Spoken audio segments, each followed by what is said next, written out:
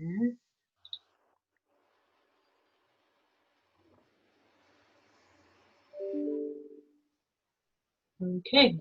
All right. Well, so what we are doing, welcome to our first Talk of the Town, brought to you by your local Chamber of Commerce for Maple Ridge Pitt Meadows. Sorry, I'm just letting someone else in here. So we wanted to create a sharing platform now with our different virtual community. We're not doing our in-person networking, so we wanted to create something where people could just come in and share and, you know, call it Talk of the Town. I know we're cities, but it worked. And yeah, so this weekly networking info sharing opportunity where chamber member businesses, organizations, and government or city officials, reps can present current information to the business community and the public. So this is then shared through our newsletters and video and media channels as well. So it's a place where people can come and, you know, find that information, and we're promoting our chamber member businesses as well. Each presenter will be called upon in the order they registered. You'll have up to 5 minutes. Time allowing, we can do questions in the chat. So if anyone has questions, please put them in there. That would be great. Anything else? Like I said, the summary of the presenters and their shared information, any links or information that way, contact information will be put into our newsletter, which generally goes out on Wednesdays. So that would be tomorrow, following the meeting, and the meeting is recorded and shared as well. So with that said, we will get started. So up first, we have our MP for Meadows Maple Ridge, Mark Dalton. Great. Go ahead, Mark. Thank you, Flory. How's the sound? Good. Yep. Good. Okay, great. So thank you, Flory, and the Chamber for initiating this. I think it's a great idea. And I hope that businesses and organizations are starting to see a turnaround. I know that the barbershop right next door to me is opening. They're getting people in. So it's, things are starting to move, and I think that that's positive. And so we just have to obviously keep in mind health considerations, but I'm glad to see that we're starting to see some change. So my staff and I have been in contact with a lot of the businesses and organizations over the past number of months. We've been open the entire time as far as available, not always. For about the first month, or month and a half, 2 months, we didn't take was closed to the public. It's still, we're open to the public. It has the office, which is located on Dudney Trunk Road, and 223rd is open by appointment only, but we're still obviously open anytime for phone calls and for emails and to serve you. So we just got our glass in, so we're ready. We've got masks. We have different what we need for just receiving people that need assistance. So as far as what's happening in Ottawa, we officially adjourned on March the 14th. We've sat only 9 times since that time, and in the past year we've had only 40 days to really hold the government to account, which is obviously a lot of that has to do with COVID and election, but we really see the importance of democracy, of being able to bring conversation and bring issues to light. I think it's important. So, for example, most of the meetings that you are seeing currently are COVID-related meetings, so that the questions have to be related to that. They can't be on general other topics. So one of the things that we had last week, as far as being able to ask questions, we had 4 hours to ask questions, essentially estimates, about $87 billion in new spending. So it's not really serving the people of Canada well, because a lot slips through the cracks. So we have serious concerns about that, but we'll do best we can. So Canada Summer Jobs, there was a lot of delays with this, partially again because of COVID. So there were 2 different rounds of applications, regular intake, and a second round for positions in critical service areas. In total, about 50 businesses and organizations have received funding, and that about $550,000 to help create needed jobs throughout our community.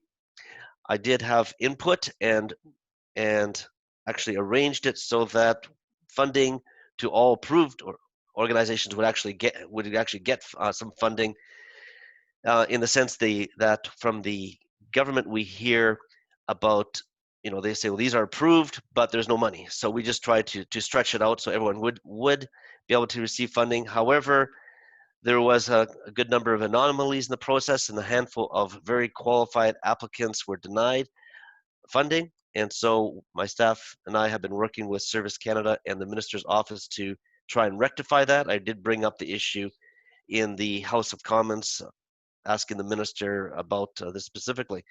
So some of the things from that we've been able to do with regards to the Conservative Party in helping to try to improve the COVID relief programs, we did the emergency business loan and wage subsidy programs were modified to include businesses that pay their employees through dividends. That wasn't there for a good long time. So I actually asked a question. Others also trying to push that forward. That is now implemented. We also, when it was initially rolled out, the initial proposal for the wage subsidy was only 10% of payroll, and that has been amended to 75% after we've made suggestions for that change. So hopefully a lot of businesses have been able to take advantage of that, which I know that is actually the case. Other solutions, excuse me, to fix gaps in support programs that we brought forward include requiring removing the requirement that you have to have a business account to qualify for the emergency business loan account, because that actually, there were many businesses locally that were unable to access this funding because they didn't have a business account. They did everything through their own personal accounts, and that was quite acceptable with Revenue Canada in years past. And we've also pushed to expand the eligibility criteria for the program to include revenue decline, so that more small businesses qualify for the $40,000 loan. So we also believe that no government government program should disincentivize Canadians from working. So it's important that when the need is there and they roll out for more jobs, that individuals are able to go back to work and not saying, well, I'm going to lose everything by doing this. So that was one of the reasons why the $1,000 as far as being able to make income was implemented. So we're successful in our attempts to connect all students looking for financial assistance to a Summer Canada Jobs Bank that provide them with job information, availability information before they be able to apply for government benefits. That's important. And I know also the Canada Summer Jobs Program, that when I was talking to different organizations that were successful in receiving these grants, that they were having some challenges of getting employment, finding students, or finding those that I believe was 32 years and under that would take the jobs. And so this is something that we've put forward, and I think is very helpful, that people need to go through this in order to qualify for CERB. Excuse me. So we've also been calling on the government to allow seniors a special one-time withdrawal from their RSPs in 2020, which would be repaid by December 31st and would be tax-free. And so there's a number of other things. Another thing that has been a concern has been PPE. I have been in contact with different organizations. Actually have had masks that I've been delivering to, for example, care homes, the children's daycare businesses. So if there are some businesses that need some more masks, please, I still have some a supply. Let me know. Contact my office at marc.dalton@parl.gc.ca. So you can reach out to me with that. Also, I was contacted by a local organization last week that are planning on doing a community serve day. Actually, it's a church, and they were looking for opportunities and suggestions that they can serve the community. So if you have, I told them that I would pass on information and suggestions. If you have suggestions that I can pass on, let me know also. So it'll be, again, if I can, however my office can be of assistance to you, we're here for that. So please contact me. Thank you. Thank you, Mark. Were there any questions for Mark?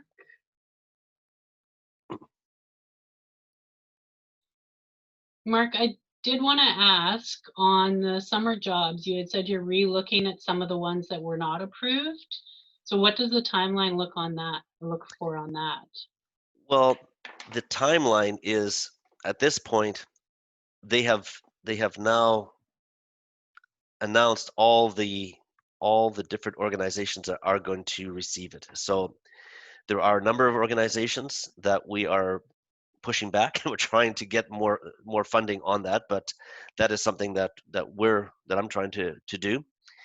It is not guaranteed, but when I brought up, for example, there's one organization that I think is very well deserving, that is very helpful for our community, and that's the Maple Ridge Downtown Business Association, and I do not for the life of me understand why they were not able to get funding. They're highest priority, and so I asked the questions to ask different questions with the minister and was told to connect with them. So we're doing that. I'm hopeful, but there's no guarantee at this point. So essentially, organizations that have been the official list is now out. If they've rolled it out very slowly. It was done, I think, the last group of organizations and businesses that received funding were announced last week, and normally this is announced like 2 months ago. So it's been a long, slow process. It's been challenging for many that have counted on this, but that process is finished, and now it's just fingers crossed that we can get some more funding for a few more organizations that have not, but there's no guarantee with that. All right, thank you, Mark. Any other questions for Mark? Okay, next we'll have Bruce Livingstone, Business Retention and Expansion Officer from the City of Maple Ridge Economic Development Office, to give you some updates from there. Go ahead, Bruce. Oh, you're mute.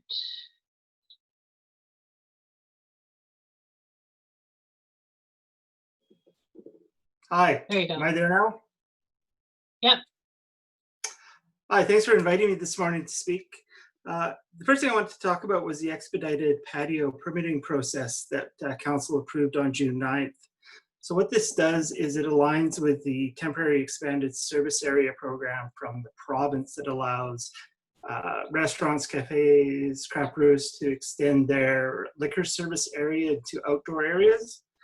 We looked at 3 different options for, I'm going to call them all restaurants, sidewalk cafes, patios, and parklets.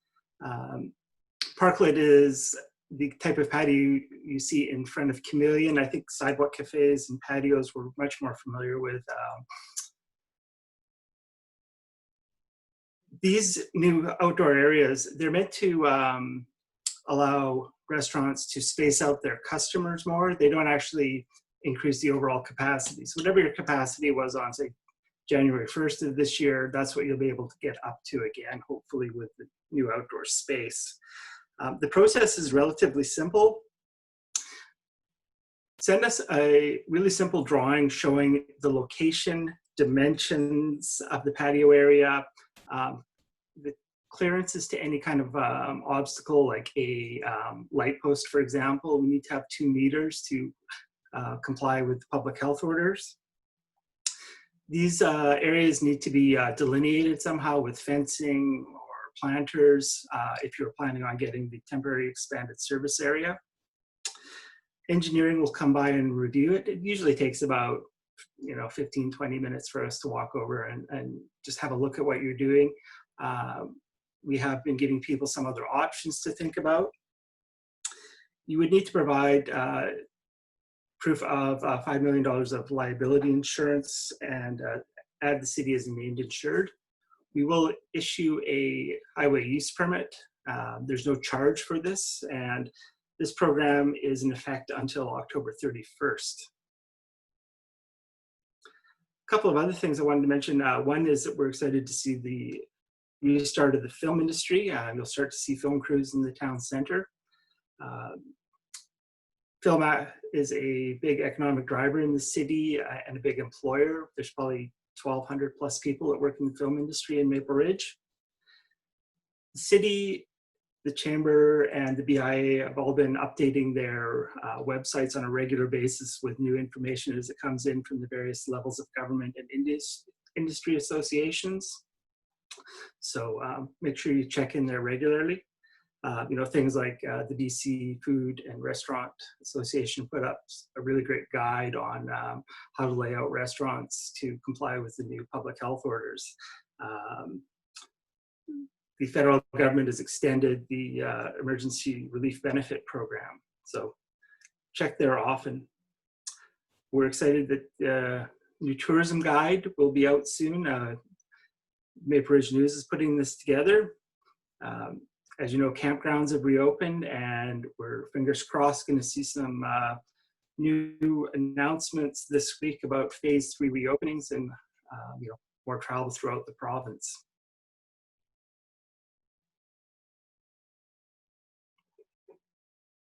So did you have any questions? Thanks, Bruce. Mitch, did you have a question? Let's see if I can unmute you here. Hey, There you Bruce. go. Go ahead, Mitch. Hi, Mitch. Question for you. I don't know what or if you're able to speak to this at all. I've heard from some people in other communities that they are dealing with their city and they're not having any problem with the province. I was talking to somebody at Maple Meadows yesterday, and they seem to be confused over whether they're going to have issues with the liquor board after they finish dealing with the city. Are they just confused on the process, or is there some evil liquor inspector going to come and fine them for proceeding after they get city approval without getting a separate liquor inspection? The process is supposed to be streamlined. So with Maple Meadows Brewing, I'm assuming you're talking about? Yeah.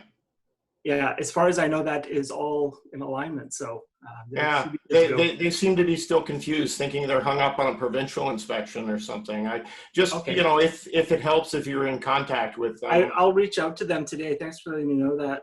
Yeah, you're welcome.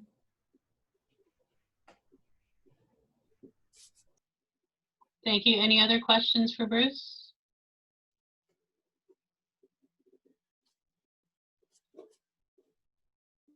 Okay, so actually that segues into our next speaker, which is Mitch Cant from BitBlock Systems.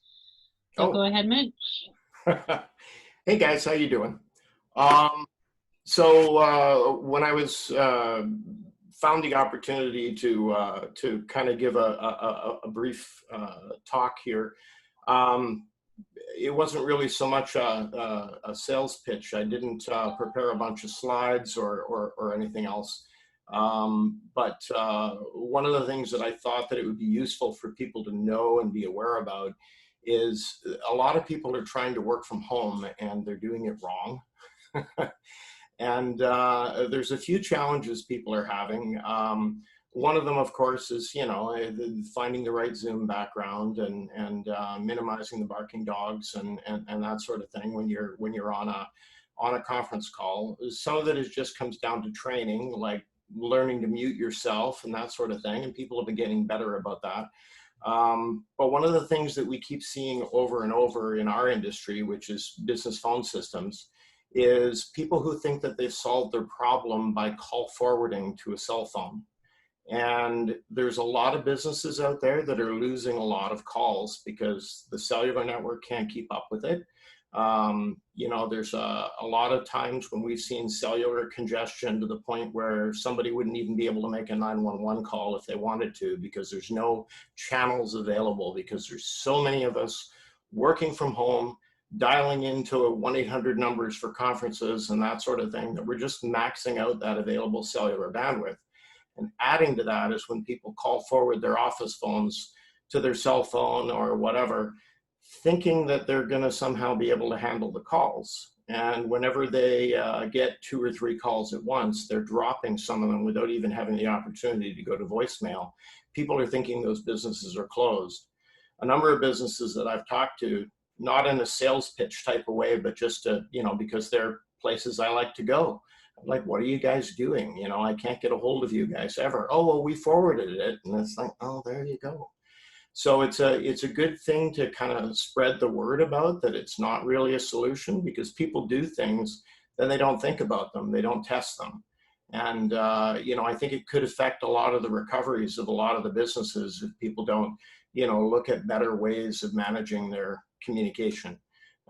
Because, you know, if customers can't reach them, they think the information on the Google Maps inaccurate, the business maybe is still closed, and they move on to the next place. And, you know, that could hurt the recovery for a lot of people. That's about it. Happy to answer any questions, though, if anybody has anything that they'd like to add. Thank you, Mitch. Question on the security too is a big thing that we're hearing about as far as people going virtual. So is that something that you know, you're aware of, and as far as your setups go too? There are a lot of issues around security. There's also a lot of misnomers and confusion and that sort of thing. The Zoom issue was much hyped, and you know, I mean, there is some truth about the leaking of information and that kind of thing. You know, in terms of telephony, there's a lot of complexity involved there, but you know, some people are still under the mistaken impression that you know, an old plain copper phone line is the most secure thing, when in reality it's one of the easiest things to be you know, subverted.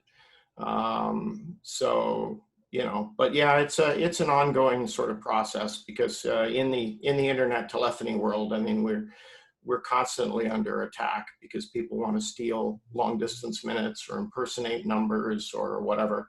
Hopefully some of the newer legislation, the CRTC is moving forward with a couple of programs that will make caller ID harder to forge.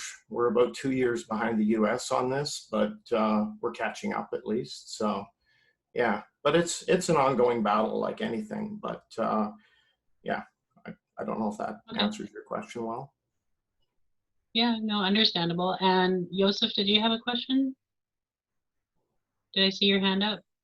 I actually did. I was just about to type it out in the chat, but since you called on me, thank you for recognizing There me. you go. And thank you to all the presenters. Quick question, 2 questions for Mitch. One on to do with security. Would you then, in place of the, as you mentioned, the non-secure apps and means of communicating, specifically on telephony and possibly transmission of information as well, would you then recommend using encrypted apps? The one that comes to mind that's most popular is WhatsApp. I realize it's run by Facebook, so it's about as secure and encrypted as Facebook would be. And I'll save my second question for afterwards. Thank you. Sure. Okay. My humble opinion is that WhatsApp is guilty of the same kind of stuff that Zoom is accused of, in terms of claiming certain encryption features which aren't really there. The idea or the notion of end-to-end encryption really relies on only the 2 parties at either end of the conversation having access to the keys. And the way WhatsApp uses key proxy and controls the keys, they actually could take advantage of that, although they claim they don't. When you look at other systems like Signal or Matrix is one we're really excited to be working with. Matrix is a privately owned but publicly peered open source system. So it does the things that a WhatsApp or a Zoom or a Slack would do, but it does it in your own organization. And for redundancy, you can run a copy of it at each of your locations' points of presence. But then when you peer with people outside your organization holds your own private keys, and the other private keys of the other organization are held by them. So you can still communicate in between yourselves without actually sort of relying on a third party as a gatekeeper to your security. So it's made leaps and bounds lately. They've got apps for iPhone and Android, and it's something to seriously look at if you have your own IT department. We're working on sort of adding that into our hosted platform as a service, but it's an open source and relatively easy to implement service. Thank you very much. That's great to hear. A home-based business such as mine, where I'm pretty much a one-man show. I don't think an IT department is in the books just yet. Working on it, though. My second question is to do with, as you mentioned, the high level of traffic on cell phones. Would you then recommend that for businesses that are experiencing the drop in calls as a result of the call forwarding, that they have a separate dedicated cell phone line in place of the landline that they would otherwise use? Doesn't really help. When there's peaks in the cellular congestion, it is very localized. It's localized sort of to a tower or that sort of thing. Adding another cell line doesn't typically work. But I mean, in a situation with, for example, people that we help set up their phone systems, they're able to use things like soft phones on their cell phones, which are applications that use the network other than the cell network. So they use the Wi-Fi, or they use your internet or whatever. And that gives you another way to complete that call that doesn't depend on the dial tone channels that the cell network has available.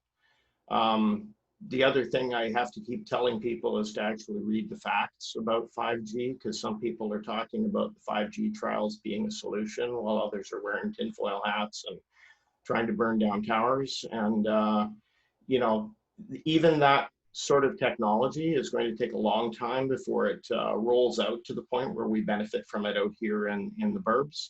And, when it does, if they do it like T-Mobile did in the States, they're looking at it more of a long range solution, and it isn't going to increase call density very much. It's just going to extend their footprint coverage and unify some standards, sort of roll up some history that's been causing some other interoperability issues and that sort of thing. So yeah, I would say that avoiding forwarding somehow, whether that's by having a local phone service, or having a phone service that allows you to run in multiple locations, and that sort of thing. I mean, I maybe should have given a little better introduction about ourselves, but what we do is multi-location business phone system installs. So that would include things like having a line at home and a line at the office, and that really is a better way to avoid the call forwarding, is having a phone system, whether it's an existing commercial system or an expansion of your own system, where you're using your local internet connection to log in and receive those phone calls instead of depending on the cellular.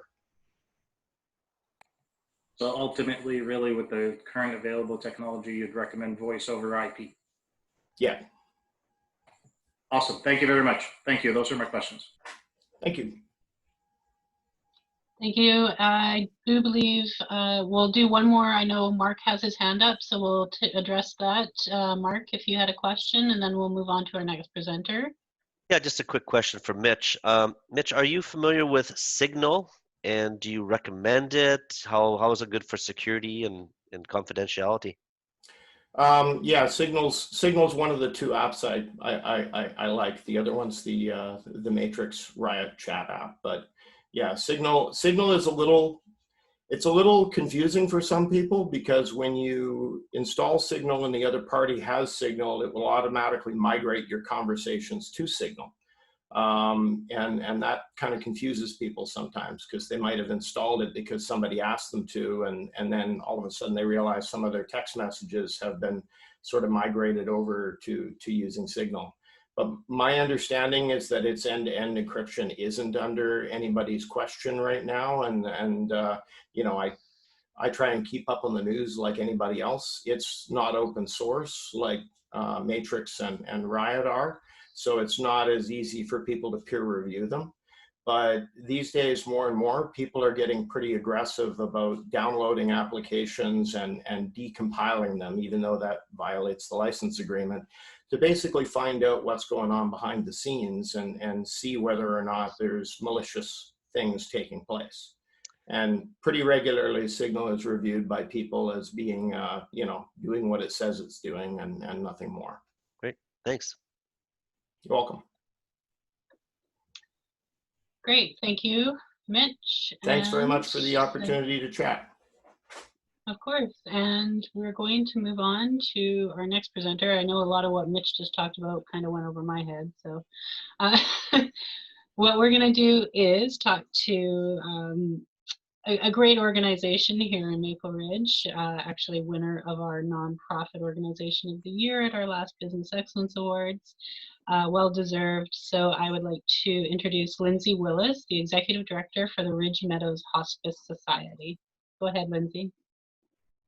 Good morning, everyone. Hi. Thanks, Mitch. That's fascinating. I love it's. I think of what I do and then what you do in this community, and it's just, I love hearing something that's totally out of my element. So thank you.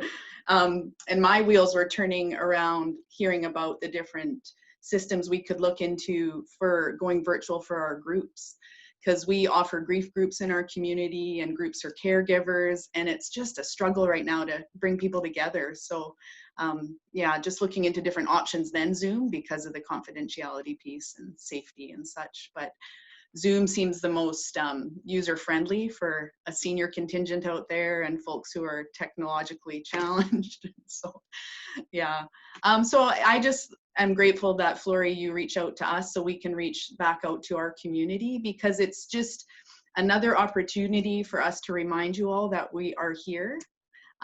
Any chance we get to connect with our community and remind folks that our services are still here. Our doors may be closed right now to the public. I'm sitting here by myself still, but that if you or people in your world are living with life-limiting illnesses, going through that journey of loss, kind of wondering how to navigate it, and through grief and loss, that the services are still here. Everything is adapted virtually right now and doing counseling and phone support, but just to remind anybody in your world that if they're wondering, you know, is there a palliative team I can still access? What does hospice do? Those kind of big questions, that they don't need to navigate it on their own right now.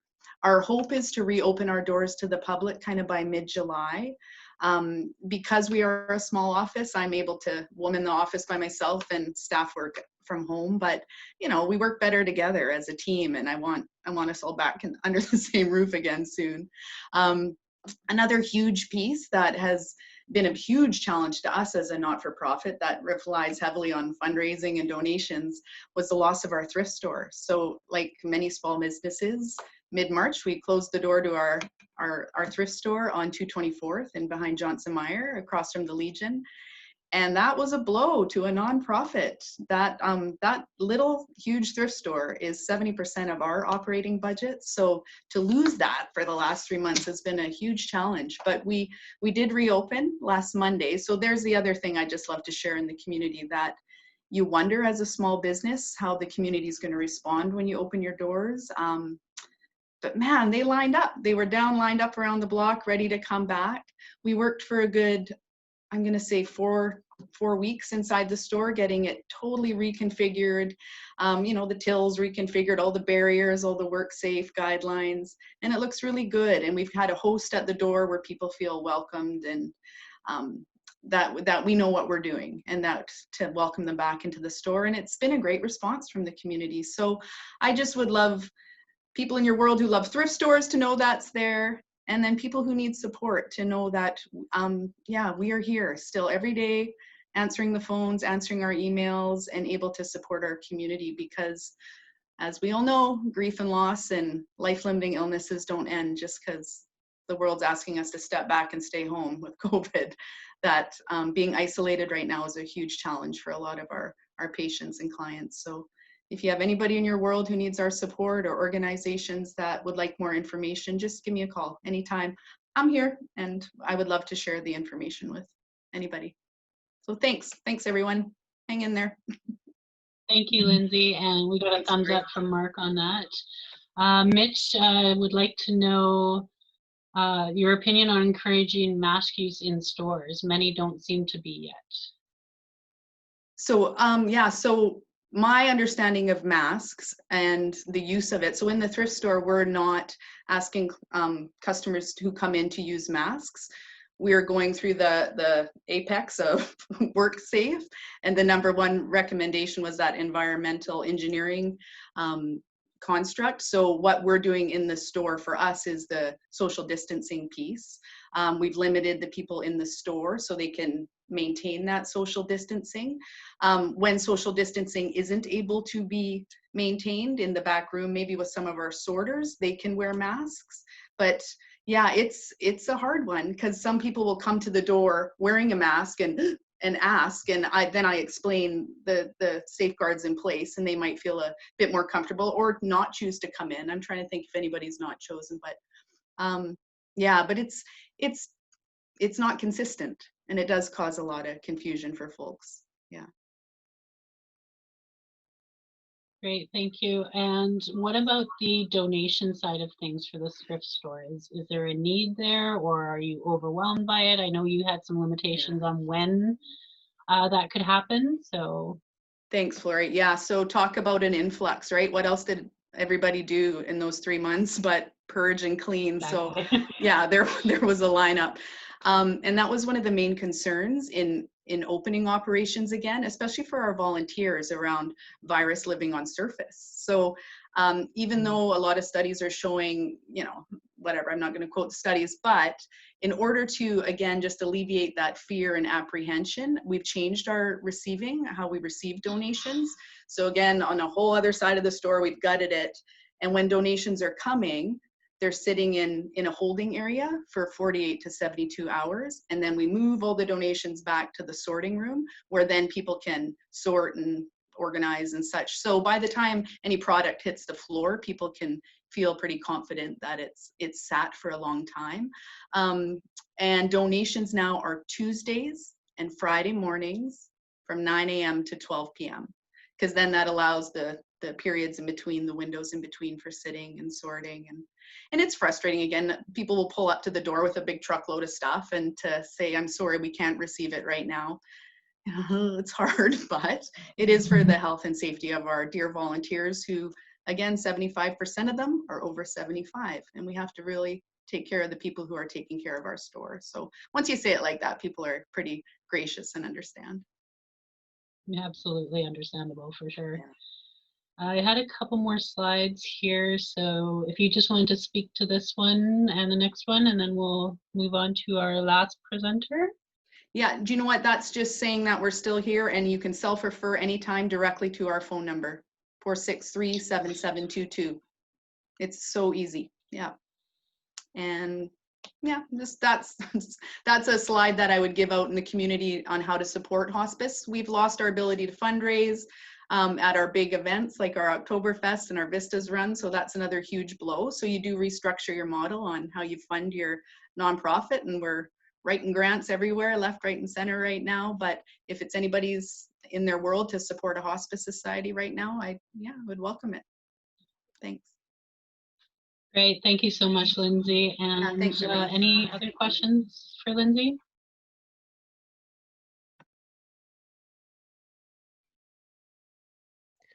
Lindsay, do you need any masks?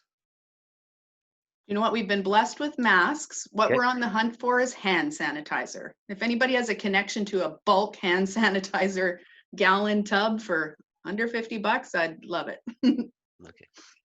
Okay, well, that might be a nice segue to Kris with Caballero Sales is it Caballero Sales? So Kris Kahle.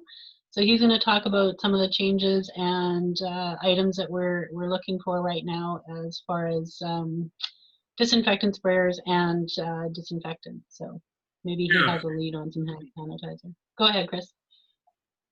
First thing, everybody can hear me okay? I'm nice and clear? Yes. Can you hear me? Yep, okay, good. Yeah.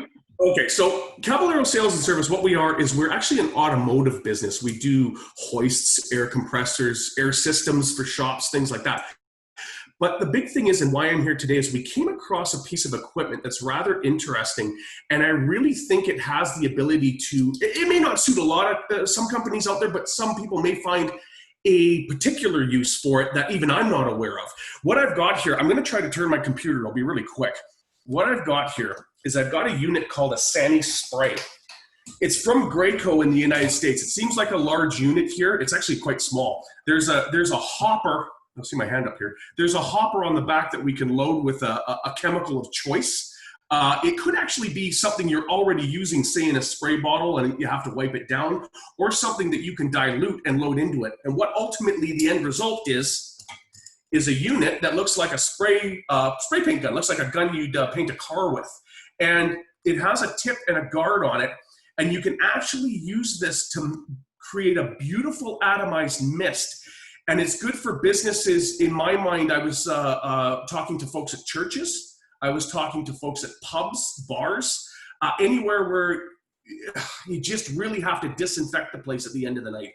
I can do a very quick show of this, but this would be a better demonstration in person because I don't know how we're going to see a mist on this film here. But I just got water loaded into the gun here, so I've just loaded it up, and basically that's it. The coverage is absolutely amazing with this thing. I did the interior of a car the other day at Subaru in Langley. The individual takes approximately 5 to 10 minutes to disinfect the interior of the car after they're done the work for the customer. Took me 15 seconds. So it's pretty incredible in the coverage ability of it. And you can alter the tips. It comes with different tips, different sprayers. And why I'm here in this format is more to get the message to the local businesses. If it's an idea, something we can discuss, something I can demo for you or something, maybe it would suit your business as being a tool that you could actually use. And there's 4 different types of versions of this. There's 2 handheld versions. I like this version the best because of this movement. You can get under things, over things, across things. This one with the hopper. And then there's a very large unit, which I really think would benefit municipalities. So it would be a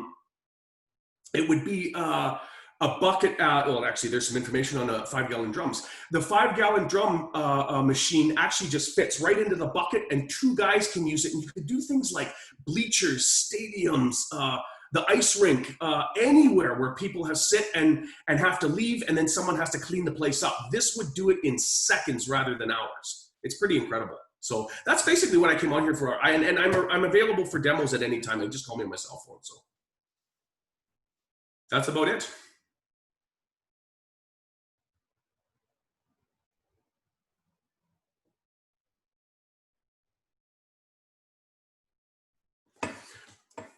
Sorry, I had to unmute myself there. I see Mitch has his hand raised. Did you have a question, Mitch? Yeah, just kind of curious. I mean, I know that in the beginning with like antibacterial soaps and stuff like that, it was all, it was all the rage. And then they figured later that we were, developing superbugs by, weeding out the weak bacteria and that sort of thing.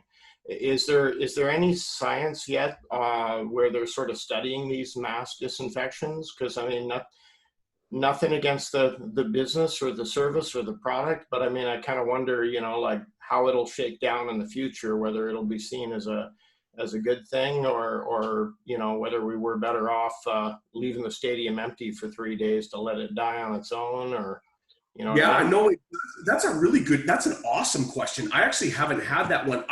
What the idea of this was, the big example I was using was more, consider a church, for instance, on a Sunday, okay? They're only allowed up to 50 people in that church right now. So what the church wants to do is they want to have 50 in, take a 15 half-hour break, have 50 in, as many as they can fit into a Sunday. So what they're doing is they're disinfecting every time those 50 people exit. So this machine would be great in that sense, where you could hit the whole place in a few minutes, let it dry, have your half hour, and then everyone comes back in. That's a darn good question, though, on its effect over time. I totally get that. I am not a scientist, and I don't know the answer to that question. That is a damn good question, though. I actually kind of consider researching that one myself. But yeah, I just think, you know, with the large amount of sports that we have in this city, the plastic natures, the hard surfaces, the aluminum surfaces, and even the all aluminum bathrooms, like the public bathrooms at Toloski and stuff like that. You could easily get in there for a few seconds and just nail it with this thing and then be done and walk out. It would be dry in 3 to 5 minutes. Usually you're using a 3-to-1 dilution on a bleach product, typically. I've got 3 solutions, but I can explain all that stuff later. But I'm certainly going to research that question. That's pretty good.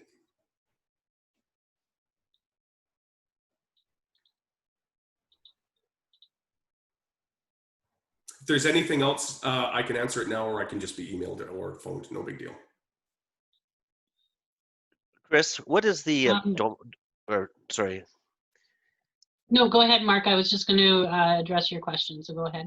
Yeah, so just wondering what the price range is from low to high, unless you want to keep, unless that's a proprietary issue right there.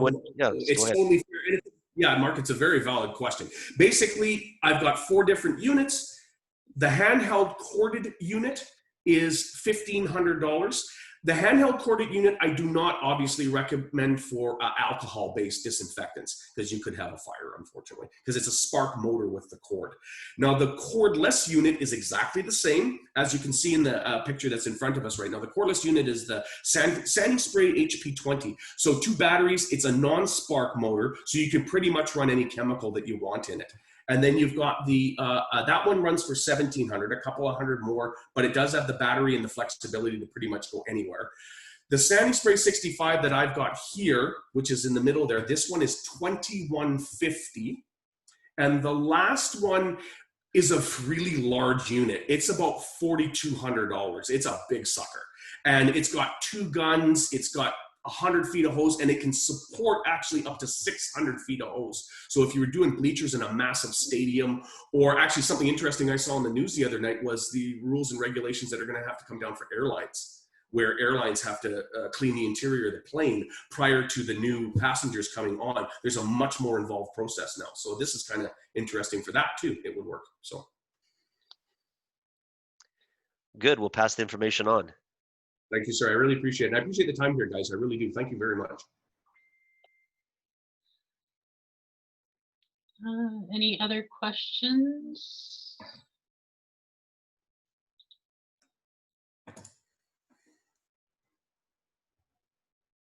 Don't see anything.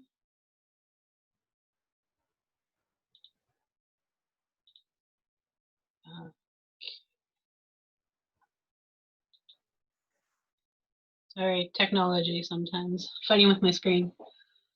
All right, well, that was our first talk of the town. And, you know, like I said, we are just here to get the word out for different and promote our members, our businesses, our, you know, everything that's being done in our communities, nonprofits, everybody, right? So we look forward to our next one, which will be next Tuesday, and we are alternating these. So next Tuesday, I believe that's June 30th, will be at 2 o'clock, and then the following Tuesday at 10. And we'll, you know, we've reached out. We have quite a few people interested in doing a couple more. So yeah, if you want to tune in, you can always register to view. Like I said, these are shared throughout our newsletter, social media channels, that type of thing. Once it was recorded, I'll check that recording and we'll go from there. So I just want to thank you all for taking the time and providing information, and we hope, you know, this networking will benefit you in some way. Any questions before we go?